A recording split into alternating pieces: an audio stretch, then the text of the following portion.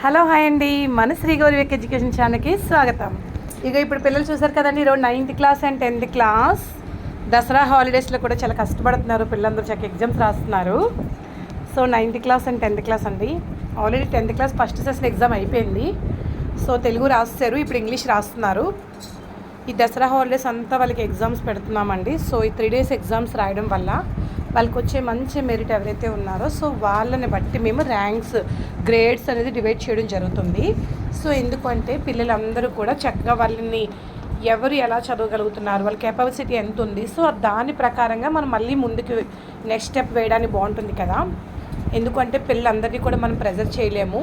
So పిల్లలు చదివే దాన్ని బట్టి వాళ్ళు ఎంత మంచిగా చదువుకుంటున్నారో, వాళ్ళకి ఉన్నటువంటి ఐక్యూ లెవెల్స్ని బట్టి, వాళ్ళ యొక్క హార్డ్ వర్క్ని గుర్తించి దాన్ని బట్టి మనం ఇంకా వాళ్ళని ఇంకా ఎక్కువగా మంచి స్కోర్ వచ్చేలాగా మనం తయారు చేయాలి అనుకుంటున్నాము. చూస్తున్నారు కదా. సో పిల్లలందరూ సిన్సియర్గా ఇంత దగ్గర కూర్చున్నారని డౌట్ రావచ్చు మీ అందరికీ. సో వీళ్ళు 9th class and 10th class అండి. పక్కన 9th క్లాస్ కూర్చున్నారు, 10th క్లాస్ మధ్యలో. సో ఇంకా అవుట్ ఆఫ్ కూడా కూర్చున్నారు. పిల్లలందరూ చక్కగా సిన్సియర్గా ఎగ్జామ్ రాసుకుంటున్నారు. ఇక్కడ మన ప్రత్యేకత అంటే ఏంటంటే పిల్లలు చూసి మాత్రం రాయడానికి మేమైతే యాక్సెప్ట్ చేయమండి. ఎందుకు అంటే పిల్లల యొక్క నిజాయితీని మేము చూస్తాము. వాళ్ళు ఎంత తక్కువ స్కోర్ తెచ్చుకున్నా పర్లేదు, కానీ వాళ్ళు ఆనెస్టీగానే ఉండాలి.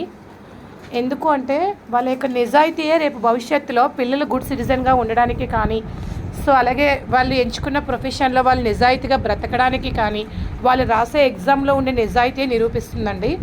అందుకే మేము ఇక్కడ మార్క్స్ కాదు కావాల్సింది, పిల్లల యొక్క నిజాయితీ చాలా ఇంపార్టెంట్. దాన్ని బేస్ చేసుకొని పిల్లలకు వచ్చే మార్క్స్ని బట్టి ఇంకా వాళ్ళు ఎలా గ్రో అవ్వాలి, సో అలా ఏంటంటే ప్రతిదీ వాళ్ళకి మేము ఇంకా గైడ్ చేయడానికి బాగుంటుంది. ఓకేనండి.